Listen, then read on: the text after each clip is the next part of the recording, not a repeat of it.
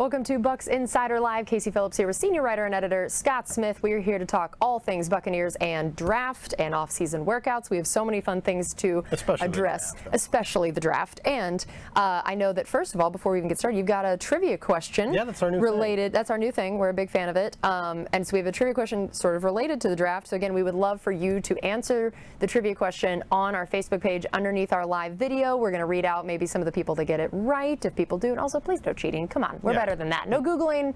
It's not allowed. You have to know the facts. So you got 10 or 15 minutes to think about it. Yes, you got some time. Think about it. Put it in the comment section under our Facebook video. What is our trivia question? So everybody knows our first pick of the draft was Calijah Cancey. Calijah Cancey is the second University of Pittsburgh player the Buccaneers have drafted with a first-round selection. Who was the first? That is a good one. All right. I'll give you a hint. Oh, good. You have to go back a little ways. Okay. Not very recent. All right, this is a good trivia question. And then also now, before we dive into the draft, we figured we'd relive one of our favorite moments from the draft. It is always the call to the player being selected. So check this out. Is this Calijah? Yes.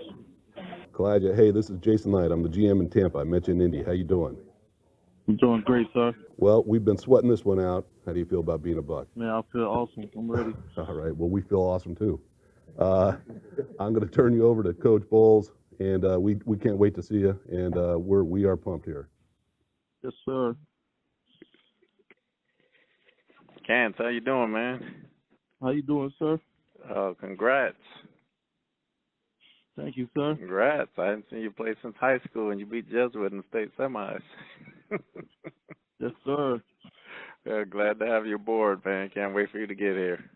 I can't wait to get there, Coach. You got it. I'll talk to you later.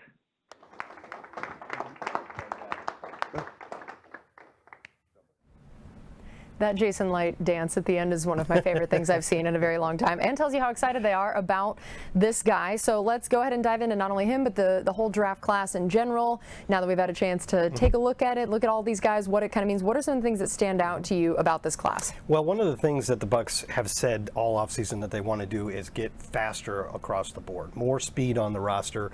They should have drafted us, but anyways, yeah. That was enhanced when Dave Canales, new offensive coordinator, and some of the new offensive coaches came in and saw what we had on the roster, knew what they'd worked with in the past, what they wanted to work with. And so the Buccaneers ended up drafting 8 players. One of them is the fastest defensive tackle at the Combine in about 20 years. Wow. And another one down there in the 6th round is Trey Palmer from Nebraska, who was the fastest wide receiver at the Combine. And then you got Yaya Diaby, Jose Ramirez. Both those guys bring a lot of juice to the pass rush. So not every guy up there is fast. Like, I don't think Cody Mauch is the fastest guy in the world. He's an offensive lineman. He's probably our most popular draft pick, though. I think so. Apparently the key to stardom is just don't have all your teeth. And then Bucs fans, we're all excited. I will say, I had even asked one of our coaches weeks ago if we could draft him for my sake, for the content and for the interviews. So I'm convinced that's why it happened. Can I brag a little bit here? Please do.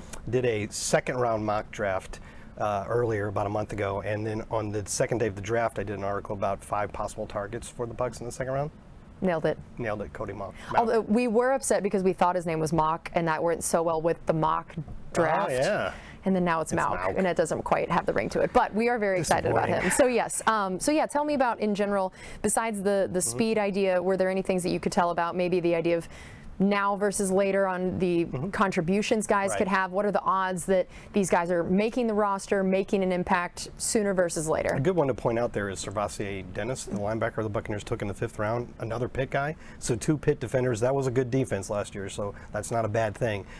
He's an off-ball linebacker, and the Buccaneers play with 2 of those on the field. And ever since Devin White got here, unless Devin White or Levante David are injured, they take every single snap. And I'm sure that will continue going forward in 2023. So you think of Servassier as a guy that's you're looking for the future, because both Levante and Devin White are in the last years of their current contracts. That doesn't mean they'll be done, but they're in the last years of their current contract. So you think that's a pick towards the future, and for the most part, it probably is.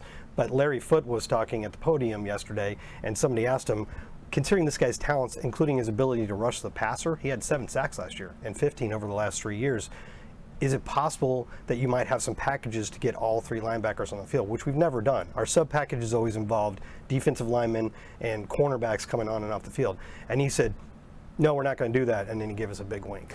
So I'm pretty sure that they have some plans for Servassier even when Levante and Devin are on the field. That's going to be interesting. And I did notice outside linebacker was the only position that we drafted multiple of. Right. And I feel like it's been interesting in general. A lot of times Jason Light seems to like doubling up on Yeah, some that's a positions, good point. especially early on. And this draft to me felt a lot more all over the place, of less maybe even position specific and more about this is the player that we like right here. Yeah, and I think also they think it's hard to develop talent as an edge rusher, and we need more of a pass rush off the edge.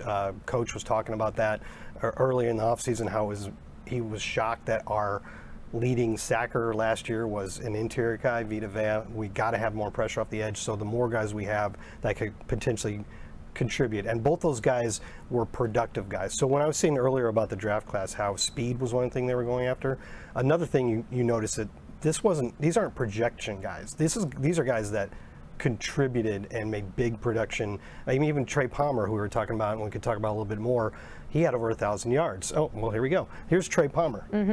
He had over 1,000 yards. Now, here's a guy that was the fastest receiver at the combine, but he's not like a one-trick pony. He had a huge season. That's the most yards that anybody's ever had in a single season at Nebraska, because they don't typically throw the ball that much. But when you got a guy that good, he transferred from LSU, wasn't getting a lot of playing time there, but LSU is the receiver factory, right? Goes to Nebraska for 1 year and has a great year. And you know, the interesting part about that pick is the Buccaneers had already made one pick in the 6th round. They traded away a 6th-round pick, and they had one more to go, and that was their last pick in the draft, and they were targeting Jose Ramirez. And then Trey Palmer's just sticking out on their board. You know, when you start taking the names off the board, you know, all of a sudden, this guy's way up here and there's nobody else around him, and they're like, this is too good of an opportunity. We got to get this guy. Yeah. So they traded away a 5th-round pick next year to get the pick to take Trey Palmer, which tells me how much they were interested in this guy. And so we talked about the idea of speed, and maybe in special teams as well as the actual, you know, the other sides of the ball. So do you see, in terms of, I think the return positions are a little bit wide open this year. Do you see a guy like Trey Palmer maybe competing for that role? Well, he did it a little bit in college at LSU, and he actually scored a touchdown both on punt and kickoff. And actually, Keith Armstrong was talking about that yesterday, and he did bring up Trey Palmer as a guy that has a chance. Now, they really like what Devin Tompkins did last year, and Keith Armstrong thinks Devin Tompkins is going to make another step forward. So he's got a good shot to hold on to that job, but Trey Palmer also will get a shot. What he has to do is come in here, start working with Keith, and show Keith that he knows what he's doing. Because as Keith, it was a funny phrase, as Keith was pointing out, you have to be in sync with your blockers, and the term he uses is the rooster is loose. So that's what he'll say to the guys when the return man doesn't go where he's expected to go, and so all the blockers don't know where the guy is, so they don't know which way to block for him, and that's the rooster is loose. So you can't let the rooster get loose if you're going to be our return man. I love that. I know we had a question from Richard, and maybe Trey Palmer's your answer, we'll see, but he asked which draft pick was the biggest steal? Yeah, it probably seems like Trey Palmer. Yeah. It surprises me that a receiver with that speed and that production would be available in the 6th round. Yeah. I think it had a little bit to do. This draft wasn't really top heavy as a lot of the receiver drafts have been recently, but there was a lot of good depth of guys that, you know, you could get in the middle rounds and even on day 3. Okay. In terms of our trivia question, we had Don submit. He said Hugh Green, linebacker from Pitt. Yes. Look at that. 1981. Way to go, Don. And he was good. He was really good. He didn't last a long time in Tampa. I think he left, I don't remember exactly how but he was gone for 4 or 5 years. But he was good here. He made 1 or 2 Pro Bowls for us and had a nice long career. So hopefully we get the same sort of return out of our next Pitt first rounder. What would you say is just kind of your overall excitement about this draft class, of the things that you're maybe most excited to see come training camp, and you know, some of those battles maybe, or what that could look like? Well, I guess it's the easy answer, but Calijah Kancey is a really exciting player. And I think what's exciting about it is they have a specific role figured out for him.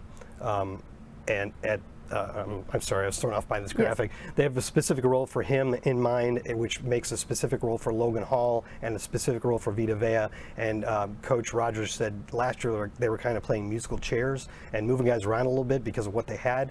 Now, Calijah Kancey is different than what we've had up front before. We've always had big guys, Vita, Akeem Hicks.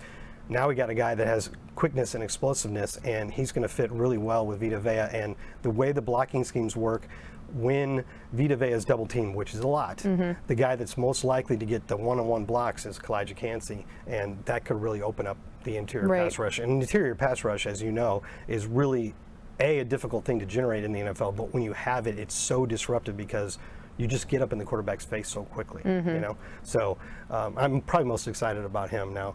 I know they threw that graphic Yeah, up so there. let's close with this. Let's look into the idea of, it's always about the numbers game. How many guys are going to have a shot at making the roster at each different position? So what is our depth chart kind of potentially showing us? Yeah, for my this year? idea with this graphic is we aren't announcing the guys we have or are going to sign as undrafted free agents, but you're going to. Every team does, 10, 15, 20 guys. The Buccaneers will have a number of undrafted free agents, and those aren't unimportant players. I was just talking about Devin Tompkins. And a lot of those guys will end up on the practice squad because it's so big now with 16 players. So we're not talking about the specific players that we're getting, but look where the opportunities are for new players, free agents on this team. You need 2 more quarterbacks. Look at the safety position. We took 8 to training camp last year. Right now we have 3 on the roster. 3. So there's some positions where there's a lot of opportunity. Now, we already have as many outside linebackers as we took right now, so you don't necessarily need to add any of those. But there's only 6 wide receivers on the roster, and we took 14 to training camp last year. So if I'm a wide receiver free agent, I'm looking at this roster going, hey, I got a shot here. I got a shot to make the active roster, but also if I don't, I got a real good shot to make the practice squad. All right, well, that's going to do it for us on this edition of Bucs Insider Live. We'll be back here next week, and then we're also going to have a special schedule release show then as well, so make sure you come back for that. We'll see you then.